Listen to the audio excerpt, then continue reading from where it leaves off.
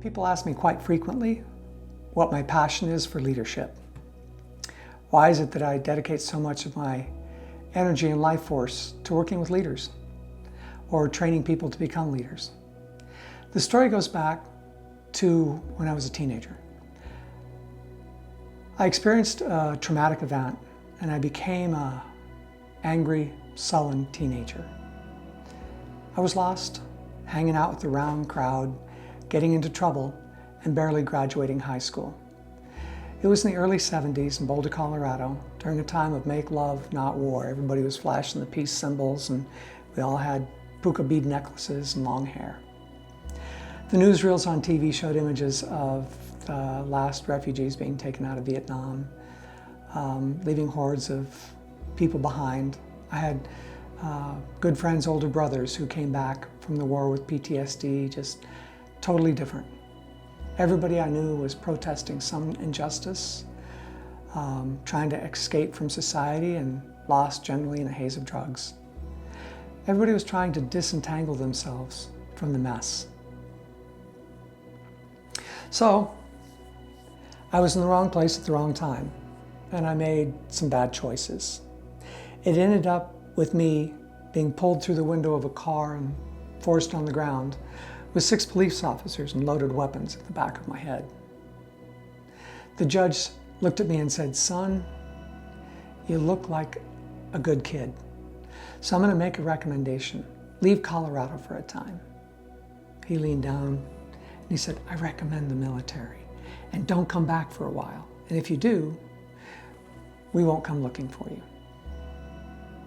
I was a wise-ass kid at that point, and I just said, "Sir, is that a trick option?" I still remember him laughing to this day. But in that statement, my life turned around. So now, it's 6 weeks later. I've been in the Air Force now, ready to graduate from basic training. I'd had 7 days a week of marching, PT, weapons work, classroom hours, and more structure than I had ever had in my entire life. We were 2 full flights of young men living in a second-floor barracks. We were ready to head to the parade ground for graduation, and we needed to be in our dress blue uniforms, but we didn't want to put them on yet because it was really hot. It was at least 110 degrees out, and none of the guys were excited about getting into uniform and marching in the stifling Texas heat. All of a sudden, the dorm guard yelled, "Attention, hut!" followed quickly by, "Female in the dorm." 2 squads of young men barely out of high school snapped to attention in various stages of undress. Staff Sergeant Cunningham yelled out, "Put them on quick, boys. You just might be graduating soon if you don't fall asleep and miss the party." And I'm in no way going to allow that. I'm very invested in seeing all of you lazy, no-good, malingering misfits graduate. I'm tired of being your second mother, watching over you to see that you don't get your hair messed up every time you step out of line. Everybody laughed. Staff Sergeant Cunningham had a way of putting us at ease when the time was right. She was 27 years old, 5'4", maybe 100 pounds, dripping wet, and had been on active duty for 7 years. I am not sure what demonic force took me over, but I made a wisecrack about her being the mother of my dreams. Both flights of men cracked up, making catcalls and generally causing a ruckus. Everyone, that is, except for the dear drill sergeant. She said and did nothing. And that nothing had impact. That nothing sucked the air out of the room. Everything went into slow motion. My life passed before my eyes. All eyes were on me, including hers. She pointed to me, dropped her voice and said, "Airman Balsley, follow me." This provoked another round of catcalls from the guys, which was in turn quickly stifled by one threatening glance over her shoulder. We marched into her office, and just before the door closed, I mustered as much courage as I could, and I shot a cool look back to the guys and said, "Hey, I got this covered." The drill sergeant's office was a concrete cinder block room with no windows. All we had in our dorm room was a fan to blow air around in a humorous attempt to cool us down. And trust me, none of that air was reaching this tiny cinder block cubicle. It was airless and oppressive. She was in her full dress blues. They were pressed and starched, the buttons polished, nothing out of place. I was soaked from the heat and she didn't have a drop of sweat on her. It was as though the 110-degree heat didn't seem to faze her at the least. I made another half-hearted attempt at being cheeky, my cockiness trying to shine through. She just stared at me silently, her blue eyes not wavering, and my 19-year-old smartass attitude started to wear off. I came to a realization that I was in way over my head. Yes, she was 27 and cute, but she also had been in a mostly male Air Force and had made her way up the ranks. She had lots of experience with men in uniform disrespecting her, and she stepped close to me and asked me where I was from. Boulder, Colorado, ma'am, I replied.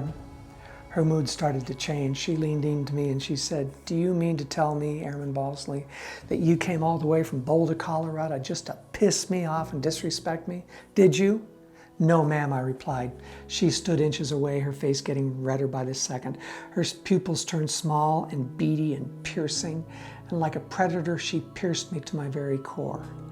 The last of my cockiness left, with its tail tucked between its legs. Her voice got louder and louder. "Then what the hell do you call that disrespectful crap?"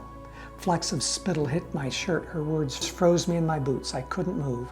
I leaned back, trying to escape from her wrath. Ma'am, I don't know, ma'am. Are you leaning away from me, Airman Balsley? Is my breath that bad? Is that what you're trying to do?" "No, ma'am." I desperately tried digging for my best military bearing, and I wasn't doing very good at it at all. My voice wasn't steady. I stammered and stuttered. I leaned away and she said, "Stop leaning away from me. I was expecting better from you. That's why I was considering you for squad leader." Note the important word here, Airman Balsley. That is the word was. I was going to consider you for squad leader. Now I'm not even sure if you're ready to graduate with your flight. How do you feel about that? Images of 6 more weeks of hell and not graduating with my team filled my head. I started stuttering. My eyes started leaking tears, and I said, "I don't, ma'am. I do, ma'am. I mean, don't what, Airman Balsley?" she yelled, her Smokey the Bear hat an inch from my face. Military bearing be damned. I was starting to cry. I do feel, ma'am. I didn't know what I was saying. I managed to stammer. She took a step back and sat down. "Front and center, Airman Balsley, now," she barked. I jumped quickly to the front of her gray metal desk, at attention, thumbs pressed into the side crease of my pants. My gut sucked in, and I was trying hard at the same time not to breathe and to disappear. "Do you have any idea why we shave your head, take all of your belongings from you, and put you in these silly-looking green uniforms?" She wasn't quite yelling. She wasn't far from it, but her voice was softening just a bit. "No, ma'am," I replied. "We do it so all of you are exactly the same. Rich kids, poor kids, educated kids, those without education, those just out of high school. We do it so you're all exactly the same. Do you know why it's important for you all to be the same?" Her voice was hard as rocks, but at least she wasn't yelling. "No, ma'am," I replied, still standing at stiff attention.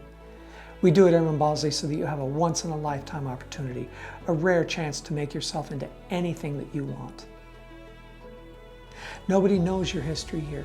Nobody knows that you are a smart aleck, wise-cracking, pimply-faced, snot-nosed little kid who barely graduated high school.